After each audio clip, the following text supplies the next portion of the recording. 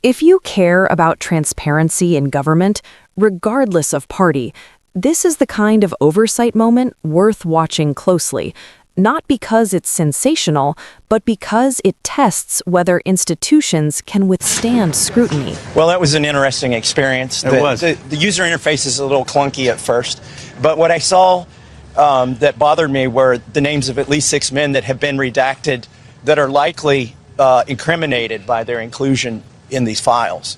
So that's the first thing that I saw. It took some digging to find them. Then I'll let you talk about what you saw. Well, and we discussed that. I mean, there are 6 men, some of them with their photographs that have been redacted, and there's no explanation why those people were redacted. And Thomas discovered it through his MIT logic with some of the searches. But, that's really concerning. I think there are 2 other points.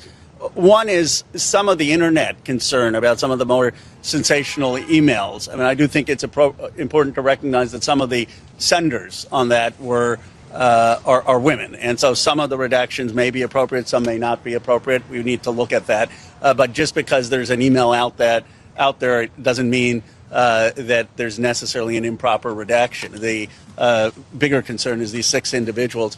I will say that the staff was very professional in allowing us to do the searches. Our bigger concern is that there's still a lot that's redacted. Even in what we're seeing redacted versions. I thought we were supposed to see the unredacted versions, and that's because the documents produced to justice from the FBI, from the grand jury, was redacted when they got it.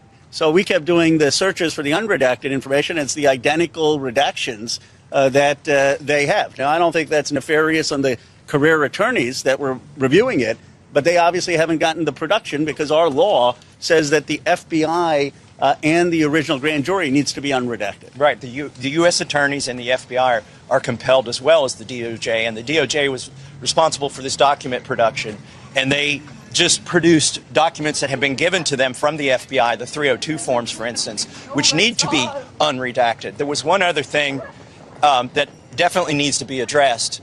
Some of these files have been taken down, like the DOJ produced them, and for some reason they took them down. Maybe they decided that victims' names were in there and that they needed further redactions. But those documents not only haven't been put back up on the site with the appropriate redactions, they were not available to us to search. As far as I could tell, we couldn't search the documents that had been taken off the internet. What you just heard from Thomas Massie and Khanna is actually more revealing than it might sound at first. This wasn't just 2 lawmakers reacting to shocking documents. It was a glimpse into how power, transparency, and accountability collide in one of the most sensitive federal investigations in modern history. When Representative Thomas Massie says he saw the names of at least 6 men redacted, some even with their photographs blacked out, that's not a casual observation. In production, redactions are supposed to be justified. There are legitimate reasons: protecting victims, shielding minors, preserving ongoing investigations. But when public officials reviewing unredacted files still see unexplained redactions of potentially implicated individuals, that raises structural questions. Who made the call to redact? Under what authority? And is that authority still valid? Khanna adds an important layer of nuance. He acknowledges that some redactions may indeed be appropriate, especially where women or victims are involved.